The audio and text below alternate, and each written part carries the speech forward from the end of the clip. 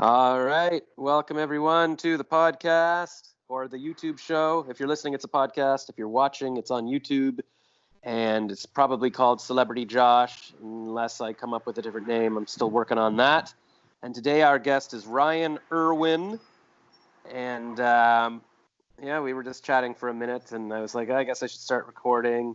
But it's different. Like, once you're recording, you got to be on. You can't just be like, hey, how's it going? He's like, well, you got to turn it on. I'm like, all right, so here I am. Woo! All energetic. Howdy. Yeah. So this is another lunch club connection. And I figured, why not record the call and see what's going. Sometimes people don't want the call recorded. They're like, let's just keep it casual or whatever. But Ryan's he's a go-getter. And he said to me earlier that so by the way, what's the date? So I can tell people. What is it, May? All right, I should have checked this. I feel like it's May 19th. Here, I'm going to scroll my screen to, Thursday, May 21st. Okay. Well, time flies. Yeah. Wow. Which is something I was just thinking about how time is flying by, and like every day you're like, just getting through the day.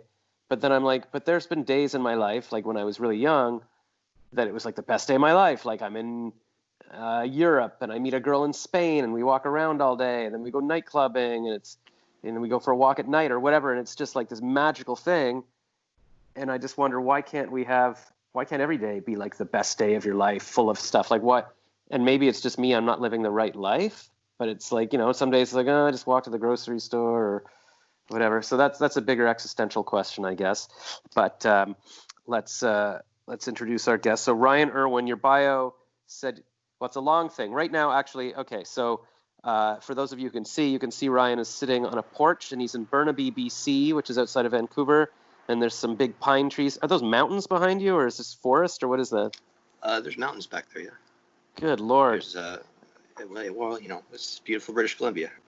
Yeah. So, okay, so what's your quick little bio? You're a non-practicing lawyer, and what else are you into? It would take probably the entire conversation to go through the whole resume, but in a nutshell. Yeah, just like a little nutshell, so people go, oh, do I want to listen to this or not? Yeah. No, so my background academically is in law and journalism. However, I am also an avid performer and enjoy the performing arts in various capacities, whether that's pro wrestling or acting. So pro it's a bit wrestling of a mixed bag. Wow. All right. Well, that sounds interesting enough. I'm going to listen to this. And okay, so you're in Burnaby, and then I was surprised, Josh. I was looking at some of your other shows, and you didn't do your intro. Yeah, like in all of the other shows, you said, "Welcome everyone to Celebrity Josh," and today you didn't do that. Yeah. Okay. So here's what I've been thinking. I've sort of been having a big epiphany the past few days. Like on the weekend, I was looking. We were driving past the Tulip Festival, and I was looking at people at the park. And here, hold on a sec. I'm just going to put my phone on Do Not Disturb so I don't get notifications every second. And then I suddenly was like, oh my God, my life, I was supposed to be a university professor. That was my destiny. I could have been teaching students and doing a PhD. And then the next day I was like, oh no, or I could have been a high school teacher. That would have been cool. I could have been entertaining students every day. And then the next day I was like, oh, why haven't I been working at summer camps like every year kind of thing? I thought that'd be fun. And then today I started thinking like, because last night I Googled how to become a university professor, and it was this long thing about how hard it is. But he said, but if you do it, it's kind of cool because then you get to hang out with smart, like-minded people all day. And I'm like, yeah, smart people. Maybe that's why I've been frustrated, because after university, I feel like, people, I'm not going to slam people in advertising, but a lot of people couldn't spell very well, or I don't know. I just feel like I've been surrounded by people who weren't that smart. And then I'm like, oh, this is what I need to do. I just need to start interviewing university professors, and maybe that should be my show. It can be like, we're talking to geniuses. And then I'm like, okay, I got to change the name from Celebrity Josh to something like Spark the Genius or something. So I'm still feeling, now I'm feeling tentative about my name. So I'm like, I don't want to say, welcome to Celebrity Josh, in case next week I'm like, no, it's a new name.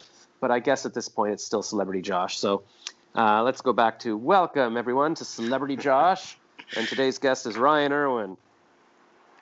But thanks for noticing that it was different. And I still have to do some kind of theme song. Like I had some song when I think originally when I started doing little videos a couple of years ago, I think somebody had stolen my domain name, joshrackless.com, and so I bought joshrackless.today, and then I was, I forget what the name of my show. Maybe that's not even it. Maybe it was Celebrity Josh still, but there was some kind of song I had. It's like, are you ready for celebrity? Then oh my gosh, something something something something. It's time for Celebrity Josh. I tried to come up with some kind of rhyme that tied into celebrity and. Anyways, so maybe I should actually finish the lyrics to that or remember what they were, because that'd be good. You could wear like an Oshkosh Bagosh shirt or something like that. Ooh, not bad. Yeah. Well, I do have a Celebrity Josh shirt downstairs with my logo on it. That originally I thought, I should wear it for all my content, and then people will buy my shirt. But I'm still not sold on Celebrity Josh. I feel like it has too many syllables. Like I've always been jealous of people who just have one name, like Pink or Sting or Drake. You can just go, it's the new Drake album. But would you be, it's the new Celebrity Josh? You'd get tired before you even finish the sentence. So people aren't going to refer to me as often, I feel. Although it hasn't hurt Ariana Grande or whatever. You just go by like the what is it, letters, like CJ, Celebrity Josh, CJ. I thought about that too, yeah. And then, because especially like if I've got a sponsor and they're like, okay, you got to use promo code Celebrity Josh. I find people, including myself, you can't even remember how to spell celebrity. Like, where are the E's, where are the I's? So it would be better CJ. And then I'm like, well, what's CJ? Are there other CJs? I think the Pamela Anderson. I think her character's name was CJ, or there was somebody on Baywatch who was CJ. And then CJ.com is taken by this affiliate website, Connection Junction or something. But maybe that's where, what to do. But I was thinking, I don't know why I've been thinking lately, I want my name to be Spark. I just thought, because it's spark conversations and it's like a bright light, but it has nothing to do with anything. It's not like that's ever been my nickname as a child or anything. So I don't know. There's some name out there, but I guess, I don't know. I keep hoping that I'll just get famous and then I can poll my audience, or I can be like Donald Glover and be like, okay, my rapper name is Childish Gambino, or I can be like P. Diddy and just keep changing my name, or Snoop Dogg became Snoop Lion for a bit. Yeah, I don't know what happened there, but that was a bit weird. Yeah, I think I was just, because every now and then I Google people's names to hear the history of it, so I was Googling that last week, and there was something about, was it drug-related, or was it, he got into African culture maybe, and that was something to do with lions. There was something to do with lions, that he was all into lions for a bit, but then he probably realized, he had a reverse epiphany. Yeah. He's like, wait a minute. I owned this name. There's no point in trying to make it complicated. So who knows? But yeah, because I keep trying to think like, okay, well, like where would my name work? Like, what if I'm ever playing James Bond? Would it look good on a poster to say Celebrity Josh is James Bond? That doesn't make any sense. Or if I'm doing a comedy act, it's like, hey, next up, it's Celebrity Josh. Does that sound silly? I don't know. It might work in the comedy context. I don't know about the acting context. Yeah, that's the problem. Like, Carrot Top, the comedian, that's fine. Carrot Top's coming up, but would Carrot Top be, would Carrot Top win an Oscar for acting? I don't know.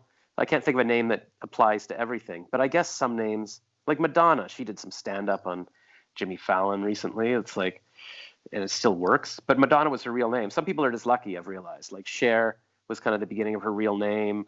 Madonna was just her name. Drake is just his middle name. So sometimes you just have a name and it's like, hey, that works kind of well. Or Zendaya, that's her real name. And she just decided, instead of going by her whole last name, she'll go by her first name, which works because there's not a lot of other Zendayas. Yeah, it's unique enough, yeah.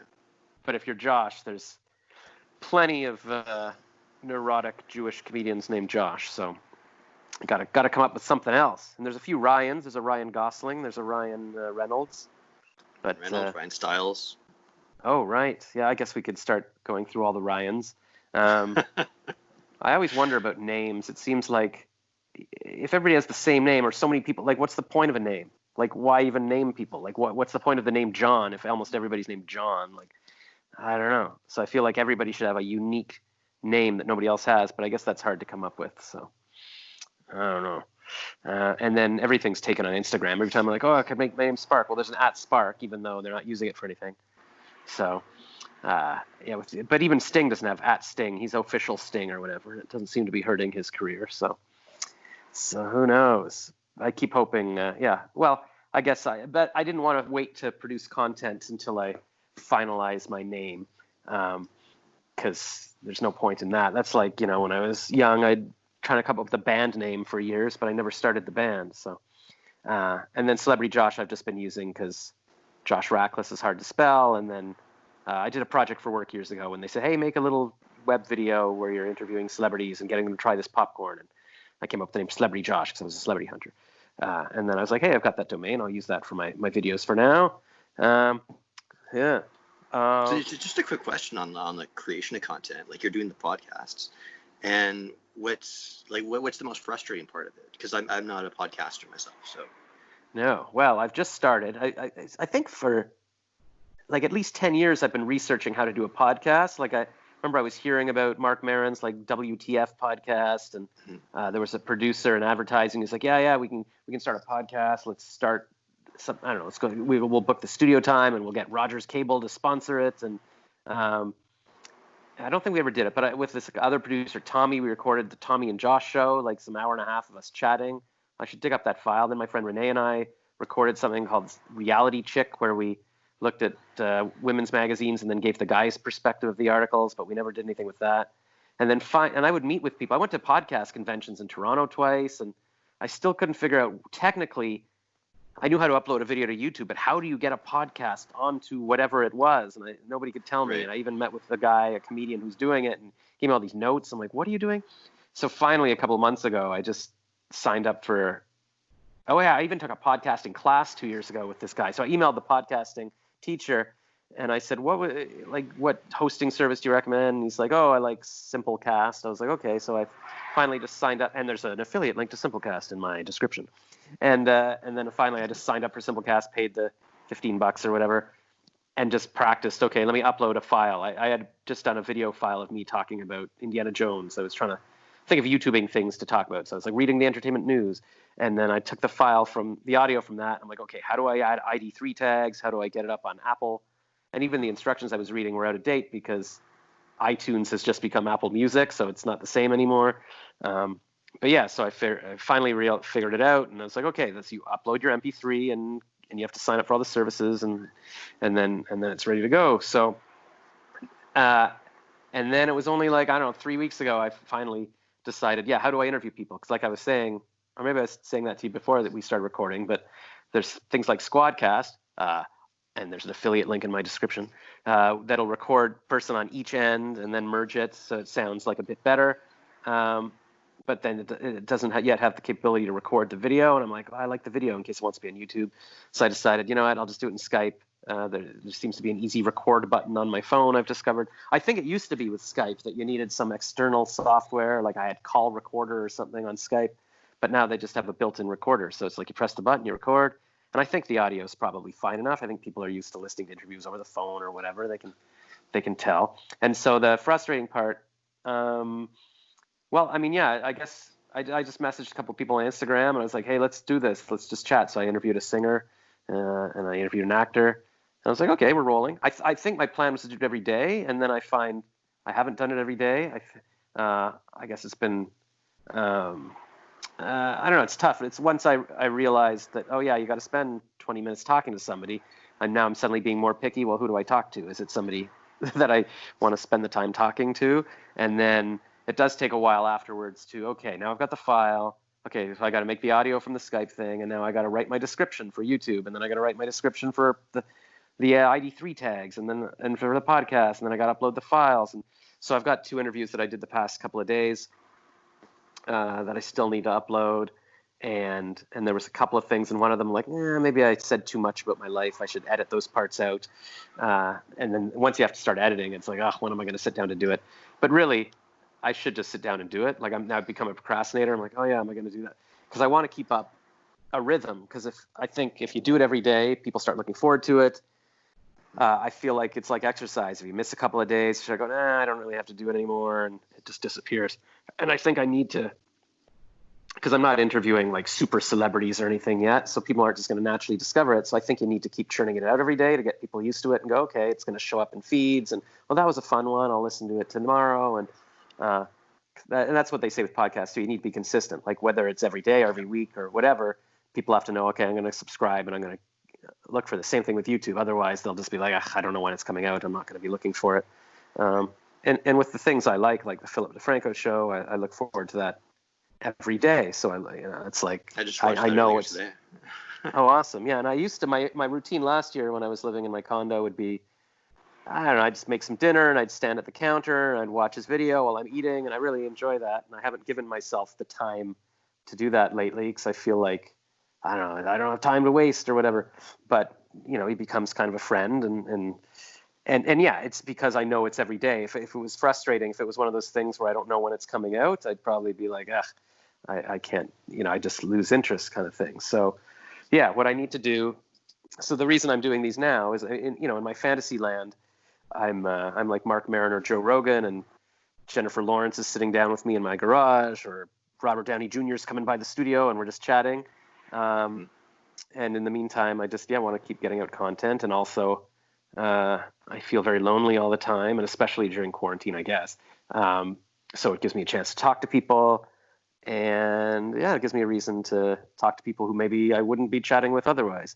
Like I was taking a flight. I feel like a friend of mine who listens to these things, and there's only been like 4 of them, but was already saying like, you shouldn't tell the same stories over and over because we've heard them before. But it's every day I'm talking to a person, and why am I talking about myself? I don't know. Well, definitely, like with Lunch Club, it's interesting because it's like LinkedIn meets chat roulette, and so it's you never know what you're gonna get, really. Yeah, my parents were asking yesterday, like, what is this Lunch Club? Like, did it used to be people actually meeting up in person for lunch? And I'm like, I don't know. Apparently it did, yeah. That's my understanding. In California, okay. I think.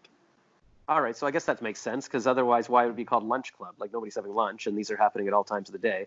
And so, because I Googled it yesterday, and they had like $14 million, or was it $4 million, in seed funding. And it's kind of like, LinkedIn meets, I don't know what. Yeah, chat roulette, I guess. Is chat roulette still around? I don't know. I remember there was that video with the guy that went viral, and he was lip syncing to, what was it called? The Carly Rae Jepsen song. And then people were reacting to him. Yes, that must have been how I heard about it or something. And then I was like, I'm going to do that. And I probably around that time went on with my guitar. And I don't know, I think I met some people. Like, actually, I messaged a few people or somebody on Instagram lately, like, how did we meet? And she was like, on chat roulette, like a few years. I'm like, oh my God, that's right. But mostly it was, well, if you scroll through, it's mostly men touching themselves. Or if it's occasionally a real person, well, it's a lot of younger people. So they go, you're bald, or you're old. How old are you? Like, it's a lot of that. And that's not really good for your self-esteem. So I don't know. I don't know if there's a chat roulette for grown-ups, but I guess this is what that is. Yes, so. Yeah. Let's see. Yeah. So I'm not really sure what the site is. I don't remember who told me about it.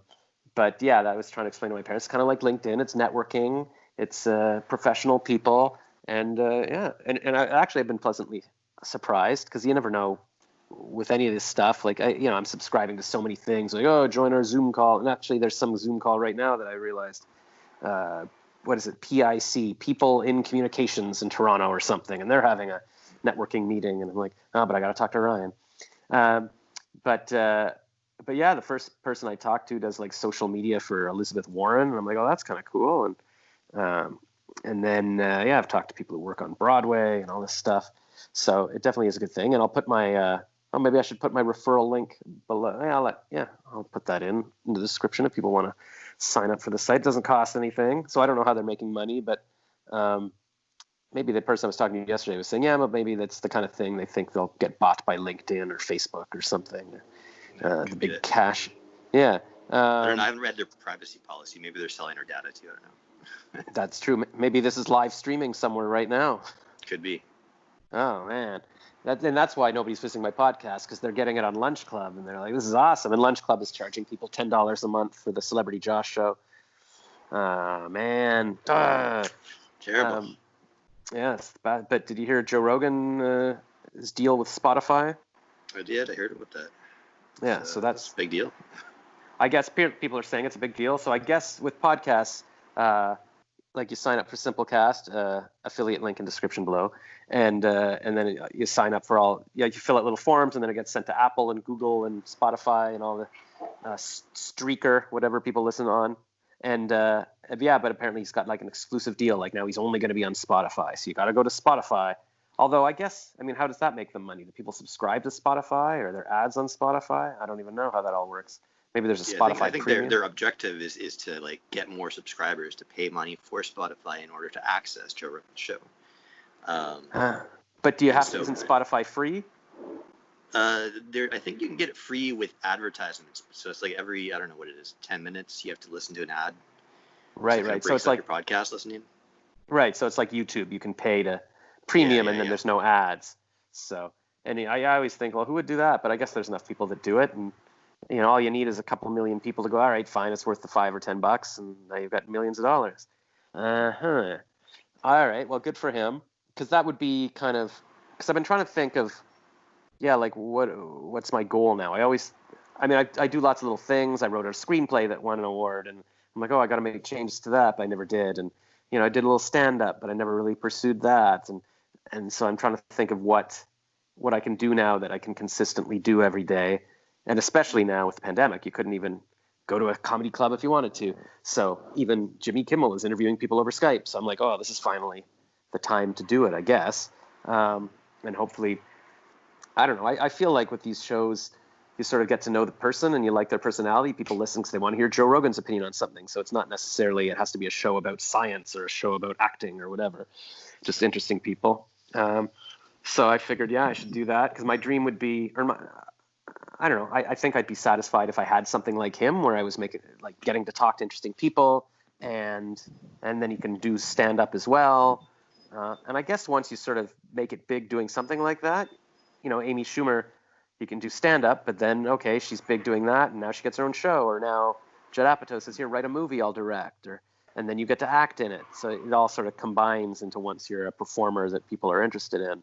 Because I was visiting a girl in LA a few years ago who took me to a comedy show, and it was just a random, regular night at a comedy club in LA, and there's 10 people. I think Dane Cook did a surprise drop-in or something, but Amy Schumer was in the mix, but it was before she was famous. I'd never heard of her, but I remember I took notes. I just wrote down her name, so I was like, she was really good. Who the hell was that? So I tweeted to her, "You were really funny tonight," thinking I was encouraging this amateur comedian, but then a year later she's playing stadiums and stuff. I'm like, I should have gotten a selfie with her or something. And now she's Jennifer Lawrence's best friend. But yeah, I guess that's kind of what I hope to do with this. I mean, I don't know if these should be more structured. I don't know if it'd be better if I picked a topic. Like I went to this thing called Podfest in Orlando in March.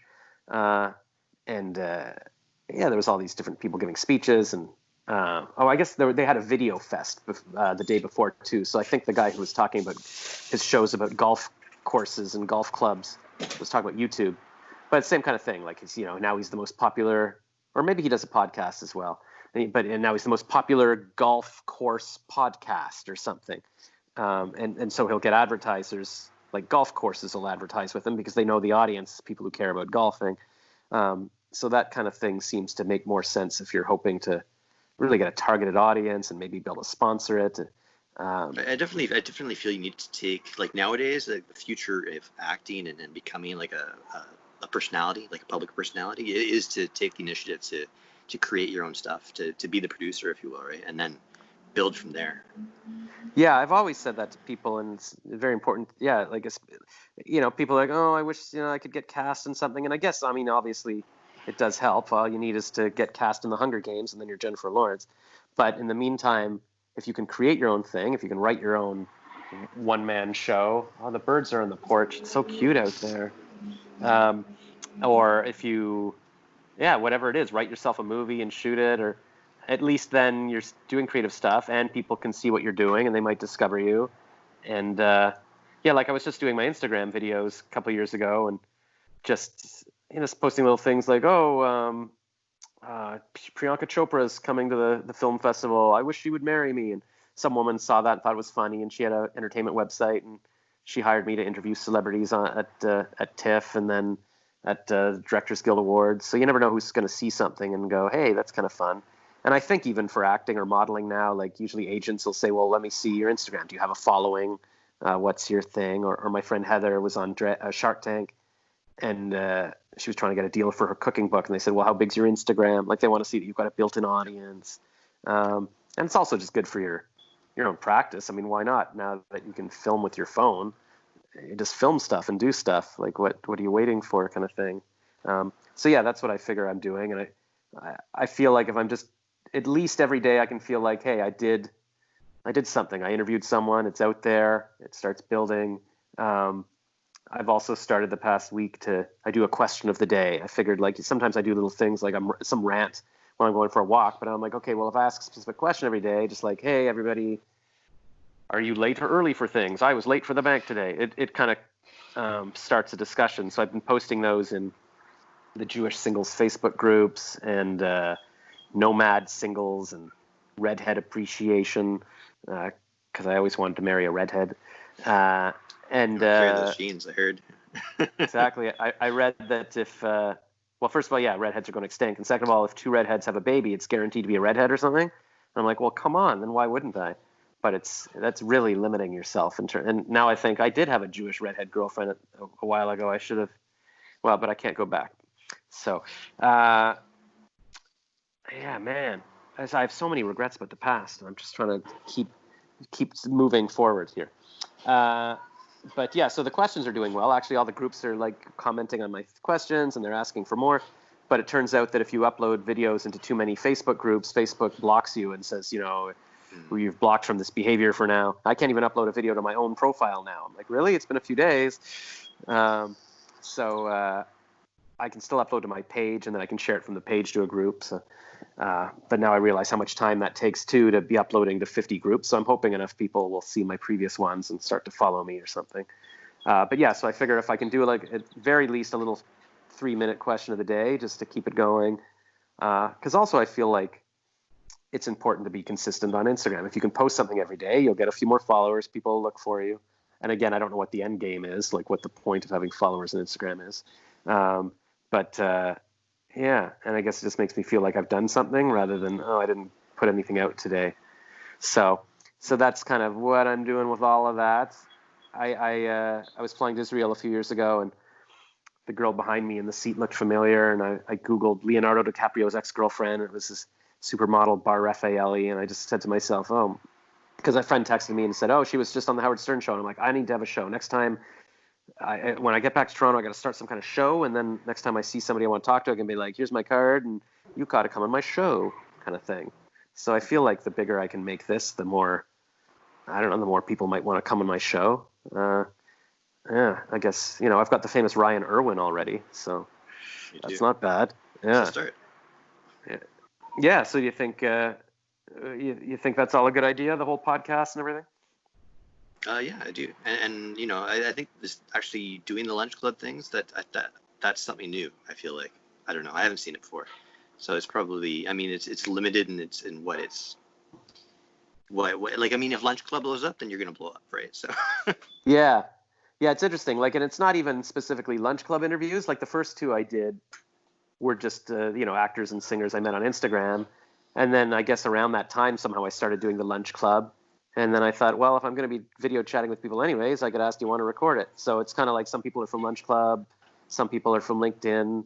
I think, somebody messaged me. A few people from LinkedIn are now messaging me and saying, hey, I'd love to be on your podcast or whatever. So I've got a whole folder now of people to interview, and I guess I have to go through. And sometimes I make the mistake of emailing too many people. Like if I don't know, there's some financial software affiliate that I just signed up for, and I'm like, hey, I could interview you and with my link, and they're like, oh great, when? And I'm like, now I got to talk about financial software or something for 20 minutes or whatever. So I don't know, but I mean, it's so easy for me to spend 20 minutes just watching a YouTube video or something, so I might as well chat with someone.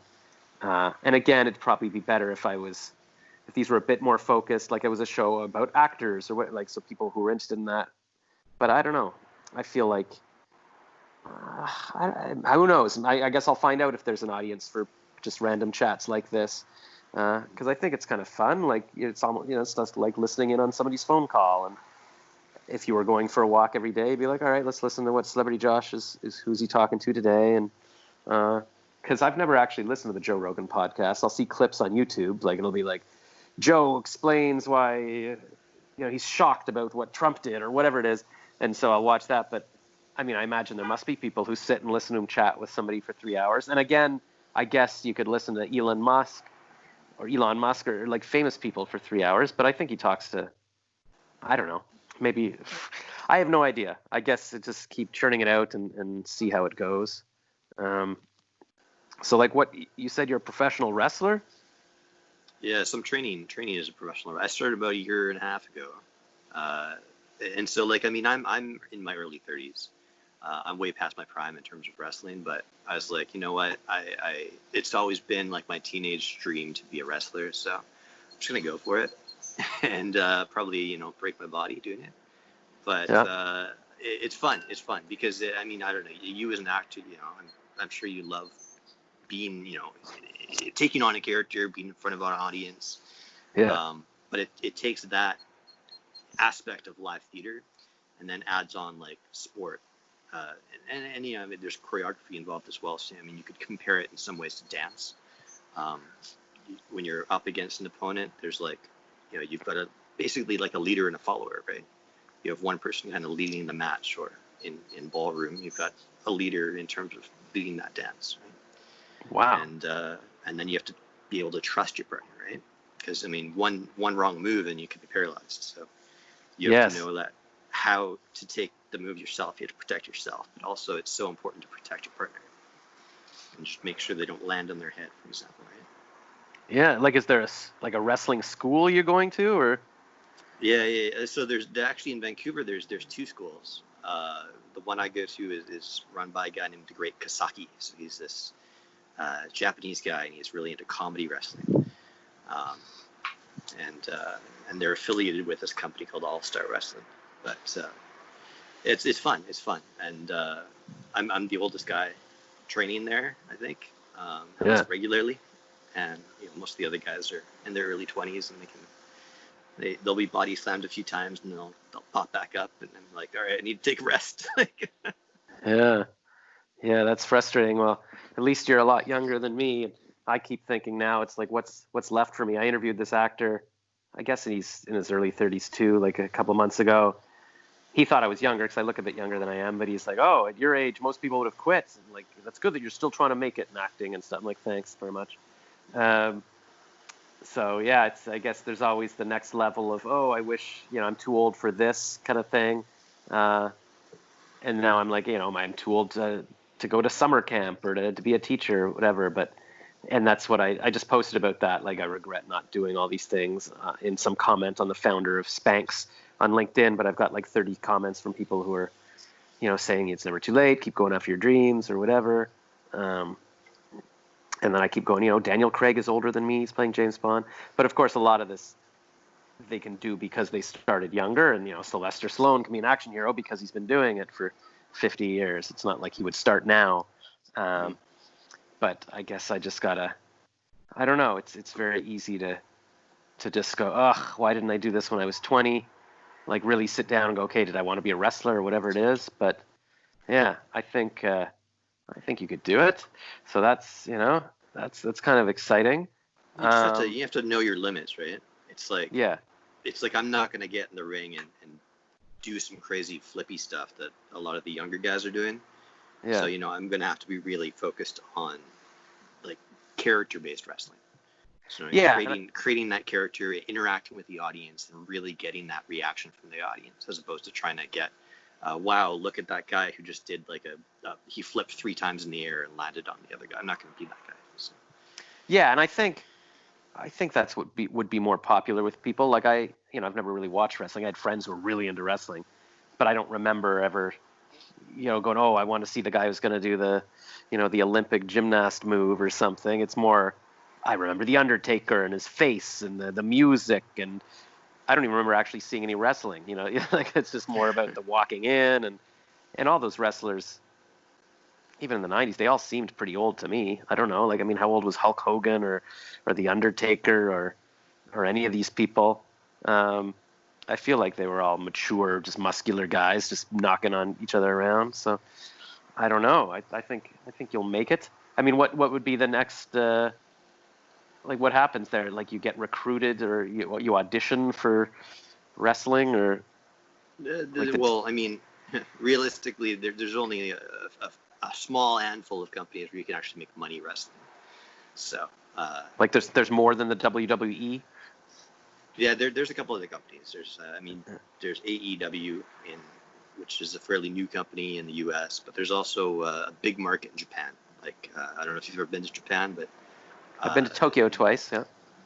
You can literally find a wrestling show every night of the week in Tokyo. It's incredible. As a wrestling fan myself. So. Oh wow! And then like a live show. A live show, yeah. Okay, so for example, yeah. So if you don't get discovered by WWE or whatever, you can be like in these other leagues and be like, hey, and then you'd have your character and say, this is who I am. Like, do you come to them with your character and say, I'm the great Pyro or whatever? Yeah. I mean, yeah, and usually it's like if you can't say it in more than like 5 words, then you describe your character. Then right. You need to be able to like really like whittle it down into those 5 words, right? Yeah, they don't want the backstory and everything. Oh, you're the Undertaker. You put people in coffins. I got it. Yeah. Yeah. Do you have your character that you're being? So I haven't actually performed as a wrestler yet. I've performed as a ref. And so I'm looking at, there's a couple of character ideas I got for my wrestling. The first actually was to be a lawyer, draw on my lawyer background. Oh, that's good. So I'd come to the ring, with my suit. However, I'd be the bad guy. So I'd take my I'd distract the ref and hit the guy over the head with my briefcase, knock him out. And then, the ref like looks over, I pin him, 1, 2, oh, he kicks out. You got to have that, story that I want the audience to cheer the good guy, right? So yeah, the good guy manages to kick out. He comes back, he beats me, 1, 2, 3. I lose the match. But then I pull out the rule book, and I say, actually, referee, here's rule number 36, sub 2, sub B, and then reverse the decision, audience boos, and I go out of the arena with all the booze, and just, I like success. that. That's hilarious. However, you know what? I actually talked to some people from the Law Society about that, because as a lawyer, I'm also it blurs the line, right, between reality and fiction. And, right. They didn't seem too happy about that idea, because they thought the idea of a corrupt lawyer, like a lawyer playing a corrupt lawyer, was like too close to home. So they kind of kiboshed that idea for me. Oh my God, you've already had the lawyers on you. I know. That's unbelievable. It's still a good idea, huh? But someone else could play it as long as they're not a lawyer. So. Right. You can sell them the character name. Oh man. Or Good. can you resign your lawyer credentials? I could but then I need to go 100% in on something else. Yeah. Then you'd be. Then I wonder how that would work. Like if you renounce your legalism and then you got to go to law school all over again to become a lawyer or something. I just got my 10% battery warning. Yeah.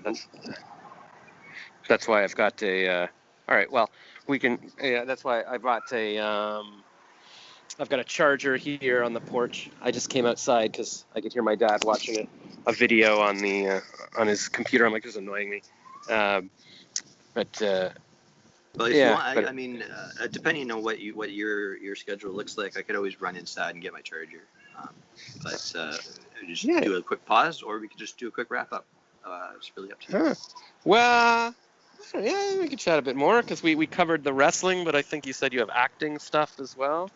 Yeah, if you want to go grab your charger and then we'll return in a minute. Sure. All right, I'll give you a call back in like 2 minutes. Okay, bye. Like earlier today, but wasn't ready.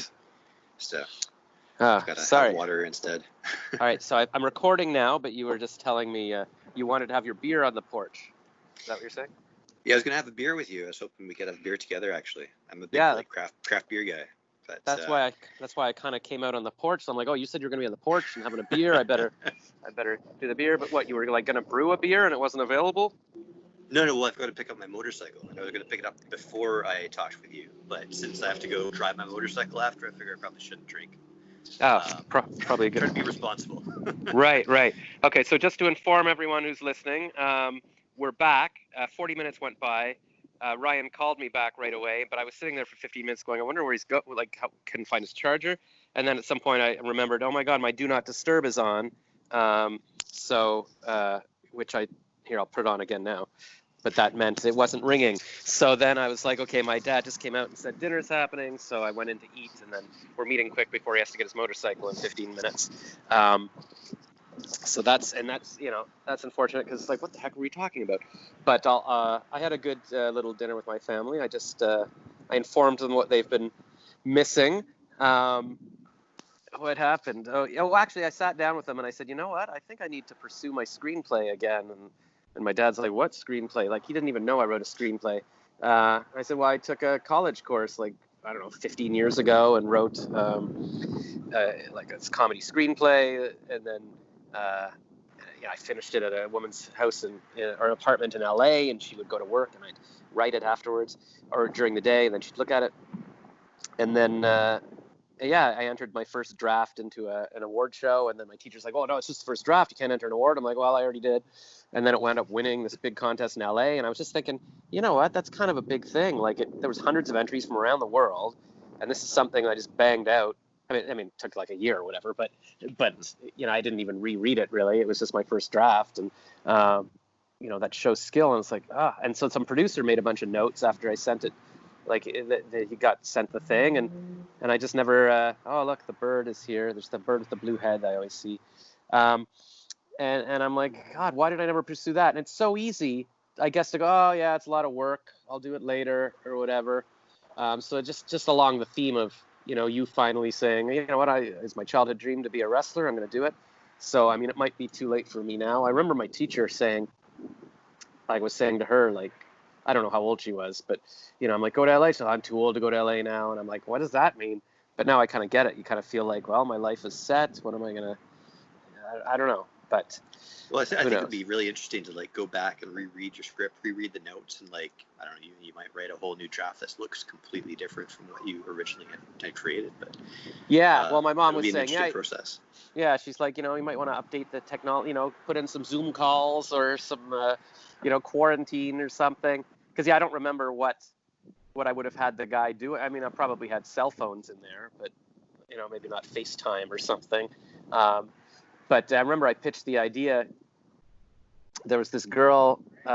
First time I went to LA, we were shooting a commercial there, and the producer was hitting on this bartender at the hotel, and I talked to her, and she said she was doing a sketch comedy, and so I went on my own to go see her show, and we sort of kept in touch. And then another time when I was there, I met her, and she's like, oh, do you mind if I bring my boyfriend to breakfast? I'm like, oh, is he hot? She's like, yeah. I'm like, all right, bring him. But then it turns out he was a director that shot some big movies, and I told him my idea for the movie. He's like, that's really good. Send it to me when you're done. And so I was trying to finish it, and I reached out to his assistant, but then the next time I reached out to his assistant, he'd been fired or something, so I never reached that guy again. But yeah, I hope it's frustrating, because now I think, why didn't I just sit down? Because I look at how much time I've wasted since then. Why didn't I just, even the past 5 years, write that again, and I'd be in a better place now? But I guess you can always say that where you are, and all you can do is just say, okay, from today on, I'm going to try something again. I've got like a bunch of projects like that on the back burner, like films that I wanted to edit and stuff. Like, it's all shot. I just haven't gotten around to editing it. So. Yeah, I know. I've got one. I shot a bunch of beaver puppet movies years ago, and I shot like episode 5, and just sent the tapes to this girl, and then she wound up having a baby and never got editing it. And she was in Seattle, and I'm like, what should I do with all this stuff? And yeah, I've got my vlog from Costa Rica trip a few years ago. I've got an hour of footage from every day. I've got to edit that. So much, but yeah, I guess you just got to sort of plug away at it. The girl I did a lunch club call with this morning, or I guess it turned out to be this afternoon, so I slept in. She was saying, yeah, just set yourself a timer. Like, what she does is say, okay, I'm going to spend 15 minutes writing, what does she do? Writing something, songs or something for 15 minutes a day. And then she'll write some more tomorrow, and then she does half-hour timers just to say, okay, at least you're doing it rather than this open-ended thing. So I told him about the screenplay, and then I said, I also got a call from a summer camp today that's because I emailed some summer camps saying, you know what, it's always been my dream to work at camp, and I never thought about it until now. And the camps aren't running this year because of quarantine. They are in the U.S. though. I wonder if I could go work in the U.S., but not in Ontario. But and then they're like, oh, that's good. And I say, yeah, I got a call from a guy last night at 11:30 at night who I used to work at advertising with, and I'm like, I hadn't talked to him for years, and I never talked to him on the phone. I don't even know how he had my number. And he's like, why are you calling the crisis line? Because I mentioned it, was feeling kind of stressed about everything, and I mentioned it in a LinkedIn comment on LinkedIn, and then it started this whole discussion, and all these people are saying, they're going after their dreams and stuff too, and but he saw it, and so it was interesting to talk to him because he said, he mentioned, like since I got MS, it's been tough. I'm like, you got MS? And he's like, yeah, that's why I left the agency, and there's all this drama there, and I'm like, oh my God.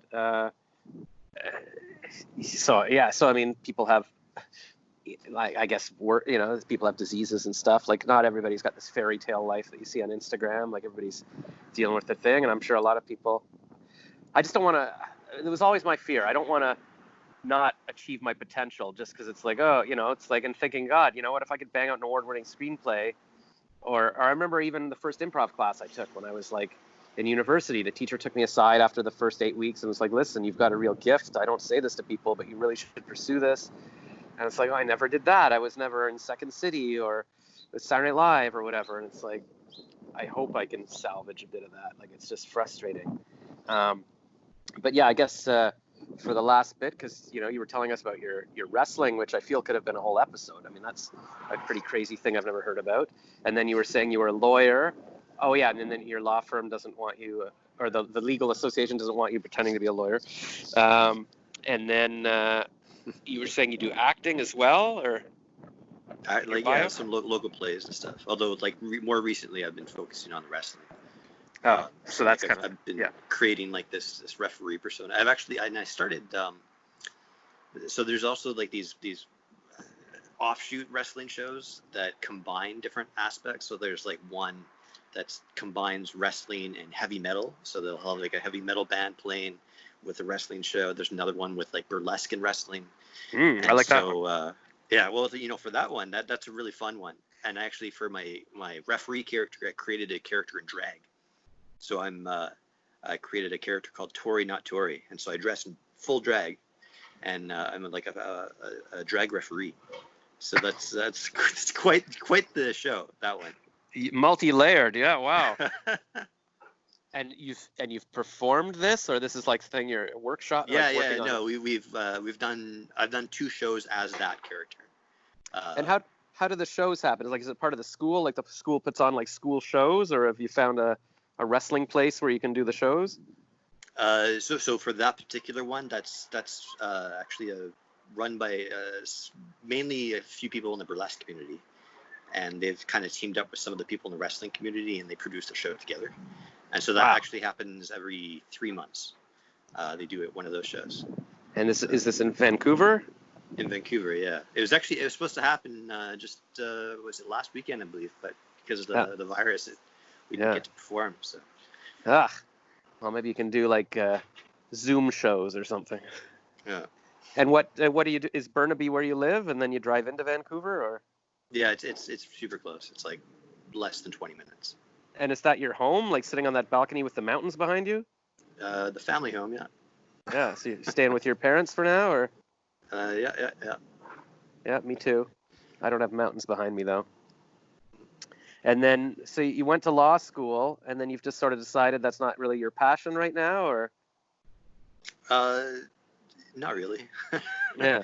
Yeah, a lot of people said, because I pursued the acting thing for a bit, and it didn't amount to as much as I wanted it to. So I went to law school, and a lot of people had said, you'd like to be on stage, and why don't you become a lawyer? Because that's like you're in court. It's kind of like performing, right? Yeah. And so I decided, all right, let's give it a go. Let's try it. Worst case scenario, I mean, like having a law degree is still quite the achievement, and I don't regret that.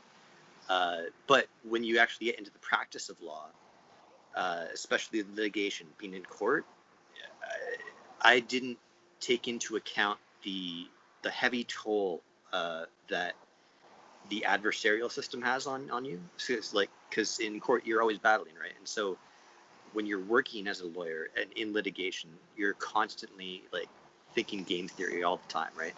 And it's just like, how do you one up the other person? Mm-hmm.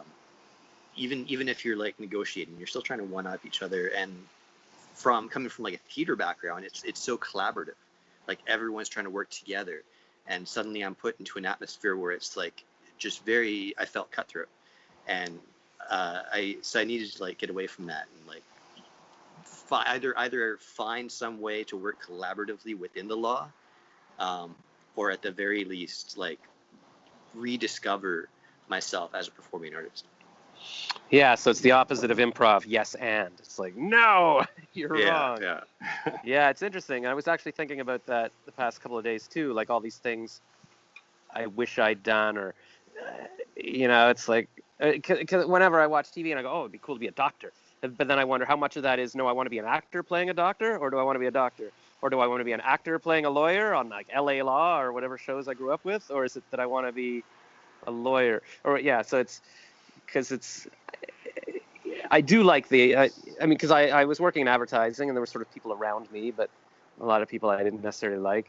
And then, so I'm envious of people who work in jobs where they go to a job and they're surrounded by colleagues. Like I imagine if you're a doctor, it's in a way like being in university, like you're surrounded by people all the time, and you're talk and you're like have Christmas parties together. Or I don't know. I guess I'm just maybe in my old age, I'm just like, oh, I got lonely. I want to be around people, but I wonder how much. Yeah, like what? And then I started thinking, like, my God, I wanted to be a university professor, and that's what I was looking up last night about that.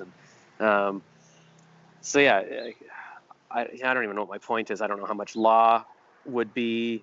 Although I was talking to my friend who's a lawyer today, and she says she misses, like she works in children's aid kind of thing, and even normally in court, she'd see other lawyers and say, "Oh, how you doing?" Like, and she's not right now because it's all sort of digital, and she misses that. So I don't know. And I imagine that acting would also be a social thing. Like you'd be on set and you'd be with people. So I think that would be nice. Like I was watching some girl on Instagram posting about how she was supposed to be starting the Charlottetown Theater Festival or something this summer and having another magical summer with the amazing people. And I'm like, oh my God. And something like that must be probably people of all ages, because in plays there's different ages. So it's not just like, hey, it's young people doing summer camp. It's like anybody who's in the play or involved would be with these amazing people. And I would think that would be really cool, because I'm looking right now for the answer to how do I creatively fulfill myself, but also what's an environment where I can feel I'm with other people and I'm not alone. So yeah, that's kind of my theme now, which I wish I wasn't thinking about it, and I wish I was just Mr. Happy. Like I try to listen to Conan O'Brien's podcast, and it's mostly joking around, and I don't know how much of that is just, he's just trying to put on a funny show, or how happy he is. But he was interviewing Mike Myers in one I was just listening to, and even Mike Myers was saying he never enjoyed being on Saturday Night Live because he was always stressed that he was going to be fired. It was so much pressure, and I'm like, Jesus, you're living the pinnacle of your comedy life, and you're feeling down. I don't know. Here, let me do one more little ramble, because I was just looking at somebody's Instagram, and she posted something saying, "I love this so much," and she's like a university student. It looked like it was one of her friends, and it was a video she made for TikTok, and she was doing laundry or something and taking out different outfits, different tops, and then she'd look at one, and then each one she'd cut to footage of her and her friends at a nightclub or somewhere where she was wearing that, and it was like all these amazing memories. And I'm like, my God, because I remember, and who knows, maybe I'm distorting it through time, but I remember, magical nights like that. You go to a bar, or you're meeting a new girl or whatever, and it's just, or you write in your diary, oh my God, this girl kissed me. Like, it was so exciting. And I just keep looking for, is there a way once you're older to have times like that, like amazing times that you look back, or is all of life after like 22 looking back at those magical 4 years? I don't know. So anyways, yeah, so that's just what I wanted to get off my chest right now. But okay, so I always find travel is, you always get the craziest and like memorable stories from travel. Yeah. I don't know what your experience has been like, but Yeah, that's well, definitely my experience. yeah, it's tough for me to say because it's like the travel I remember, and the only real thing I did was when I was 20, I went to Europe to visit a French friend who lived in France. He was a French exchange student, and I stayed with him for a week with his parents, and then I was like, this is kind of boring. We were in a tiny town, and he got sick of me, and so I just took a train on my own to Nice, and after a week, I finally met a guy who's like, hey, I've been talking to these two girls, and we hung out with them for a bit, and then they were going to Barcelona, and we followed them, and then they were avoiding us, but they told me, no, it's him we don't like, we like you. And it was just this 1 week in Barcelona with these two girls. It was magical. And that's what I kind of was hoping for, I guess, in my head when I sold my condo. But then suddenly I was like, it occurred to me, no, I'm not 20. I'm not going to be in youth hostels meeting young girls and magical times. And it's going to be like I'm a grown up. And it occurred because I tried staying in hotels, because even hotels, I thought, well, I've always liked hotels. Maybe I'll meet new people every day kind of thing. But again, it was like, no, these are local hotels where people are doing their own thing. They're with their family or their business. They're not like, oh, who are you? It's not like residence. So then that whole thing fell apart for me. And I have had, I guess when I went on the group trips to Israel, I was talking about, and I went on a group trip to Costa Rica maybe 5 years ago. And even about 5 years ago, this girl I was talking to online, she was in Mexico for the week, and I flew down just to meet her. And we did have some fun adventures. So definitely travel. But I wonder, the group trips, I think they're kind of hit or miss. Like you can definitely like meet some great people and have fun, but I think it's really like whenever I try to travel, I always try to go like as local as possible. And so like I'll like sign up for like a meetup or sign up for like even a class and take a class with like the local people who wherever I am. And then that's a good idea. Through that, I actually get to meet the locals and where do they go.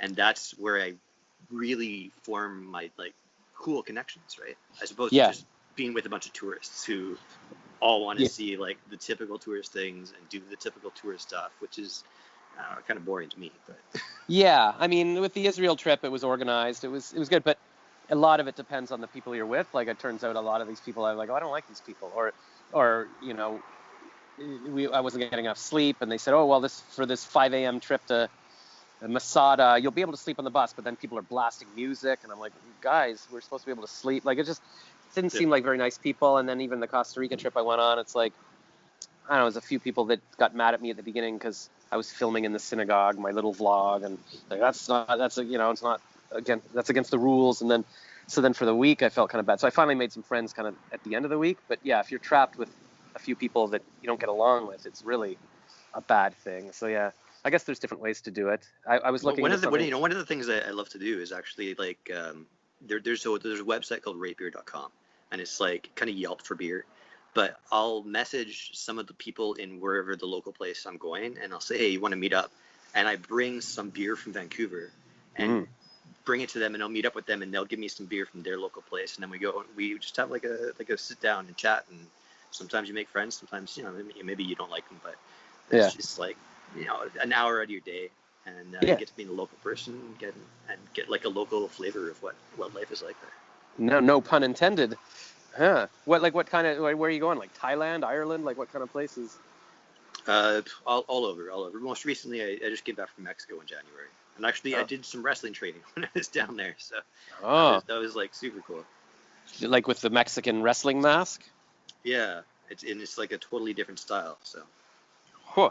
That's a whole other episode. That's pretty cool. And so I guess we need to wrap this up because you're going to... I'm going to go grab that motorcycle. The motorbike. From the repair shop. So. Oh, and then you'll just be cruising around looking cool in Barnaby all summer. All summer. Oh, man. And so you're kind of like the wrestler guy. You'll have your sunglasses. You'll look like the Terminator on your motorcycle. That's very cool. I got the long hair, flowing in the back. Yeah. Oh, my God. You're like Fabio. Okay, and so do you post on YouTube or Instagram? Is that, do you want people to follow you, or what kind of, or is it you're just working on your stuff for now? Just working on my own stuff. I mean, I followed you on Instagram, but you can post my Instagram on your description of your video if you'd like. All right. It's my personal one now, so there's no particular theme. Kind of no, like it's just life, though. Yeah. Like your life? Yeah, exactly. It's kind of like You got lots of stuff going on. Very exciting, but I'm glad you're going after all your dreams. And yeah, it's interesting to hear about people who, I went to law school and then I realized maybe not, and I'm going to try the wrestling. So that's great. I mean, first of all, I think it's great to once you realize that, to just do it, not work for 30 more years as a lawyer and then go, really, I should have tried the wrestling or whatever. And I think it shows that a lot of people try something and you don't know at 20 that you want to be a wrestler, or maybe you didn't even know it existed or whatever, and then you're just like, hey, I want to try this. So I think it's inspirational to everyone to go, you know what, you can always take a left turn, or you can sort of pick up your old screenplay from before and go, you know what, I'm going to dust this off and try it again. Mm-hmm. Well, hopefully you'll be on the show again. I've noticed that on podcasts, I was looking for how to label the episode and the URL, and it looked like Joe Rogan sort of does just like the name of the person. It'll say Ryan Erwin, and then, but if they're on again, it's like Ryan Erwin 2. So, okay. That would be the name of the episode kind of thing. So cool. All right. Well, have fun with your motorcycle, and thanks for being on Celebrity Josh. Cool. Thank you, Josh. All right. Bye.